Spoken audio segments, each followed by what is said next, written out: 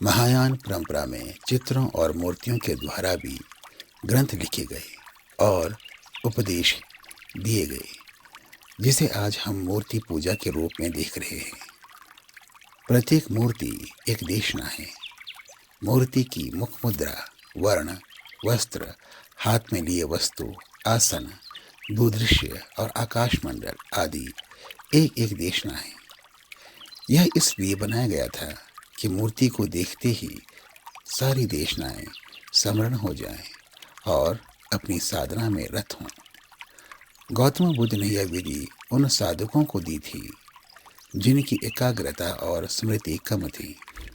बुद्ध ने केवल रेत से सरल आकृति, वृत्त या त्रिकोण बनाने के निर्देश दिए थे, परंतु बुद्ध के महापरिनिर्वाण के 1000 वर्ष बाद ये वृत्त और त्रिकोण मूर्तियां बन गई। उद्देश्य था कि मूर्तियों से देशना देना। समय के साथ साथ यह उद्देश्य लुप्त हो गए और बौद्ध पंथ में मूर्ति पूजा आरंभ हो गई। बुद्ध अपने उस ऐतिहासिक काल में अत्यधिक प्रसिद्ध और स्वीकार्य इसलिए हुए थे कि उन्होंने सभी रूढ़ियों को तोड़ दिया। कर्मकांड, पूजा पाठ, मूर्ति पूजा, यज्ञ, हवन और अंधविश्वासी तंत्र मंत्र को उन्होंने सिरे से नकार दिया।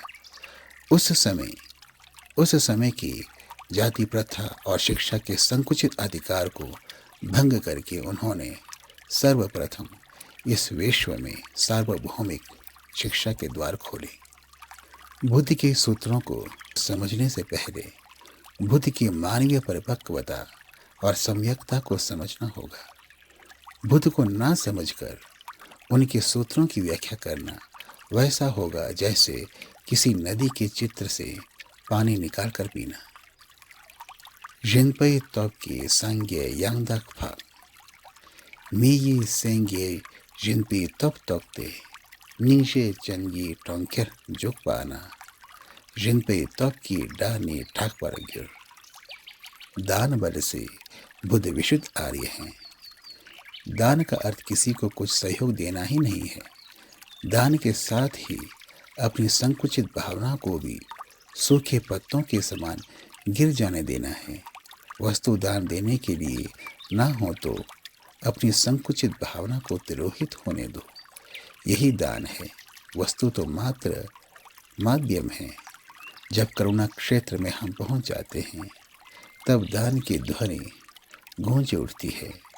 करुणा बिना दान के संभव ही नहीं है। करुणा का अर्थ है इस विश्व के सभी प्राणी मात्र मेरा ही शरीर है, मेरे ही शरीर के अंग हैं। अपने ही शरीर के अंग से कैसा भेदभाव, कैसी घृणा, कैसी उदासीनता, सारे संकुचित भाव पतझड़ के पत्तों के समान गिर जाएं तो उस परिपक्वता को दान बल कहते हैं। सुल्टिम तब की सांगे यांगदाकफा मेये सेंगे सुल्टिम तब तकते नीजे चंगी टंकेन जुक पाना सुल्टिम तब की डाने टाक पर गिर।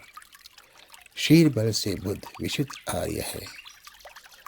जब प्रत्येक प्राणी में हम अपने आप को देखेंगे तब उन प्राणियों से कोई द्वेष, ईर्ष्या, क्रोध, लोभ, मोह, हिंसा, अनाचार इत्यादि नहीं रहता।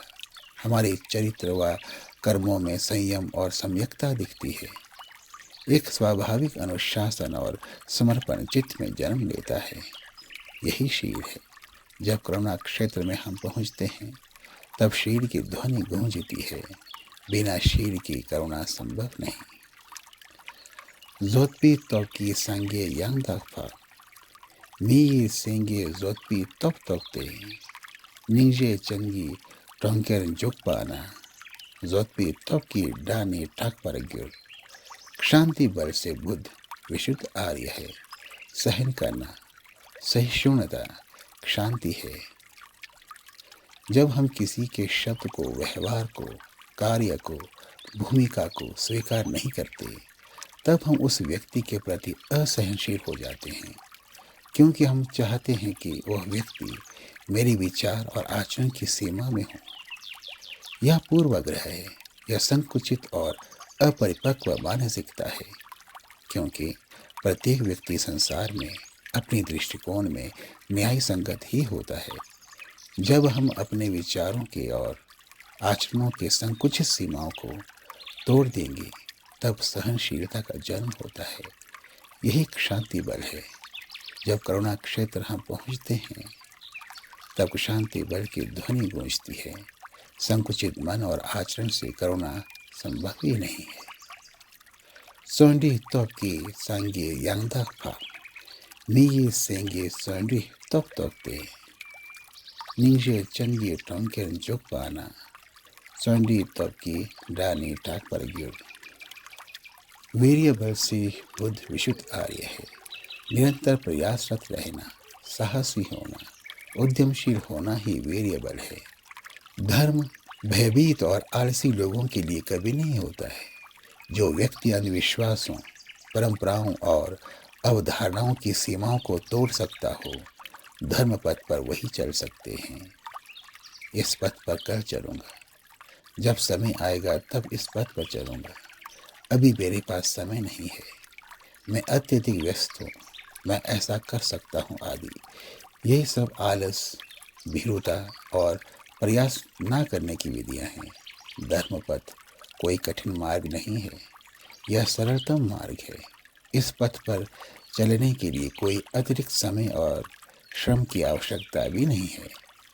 जिसमें शांति है, वही करुणा द्वार में प्रवेश कर सकता है। समतन तप की सांगे यांगदाफा मीये सेंगे समतन तप तपते निंगे चंगी टोंगेन जुकपाना समतन तप की डानी टाक पर गिर। समाधि बल से बुद्ध विशुद्ध आर्य है। समाधि का अर्थ यह न लें कि कोई ध्यान मुद्रा में लीन है।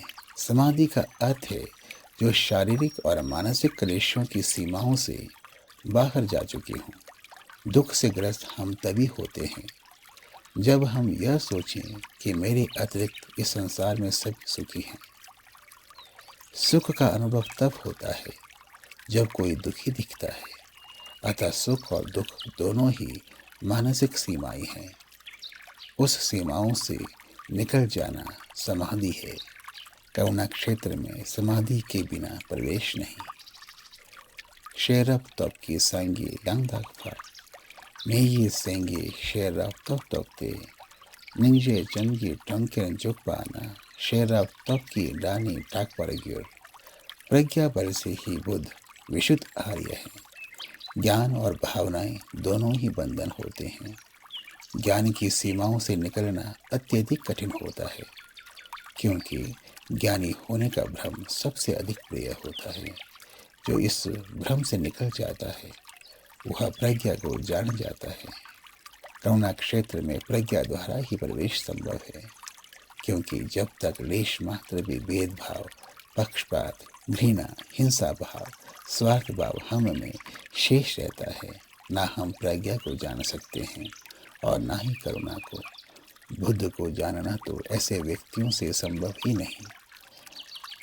अमृतायु सूत्र पर यह एक अति संक्षिप्त व्याख्या थी।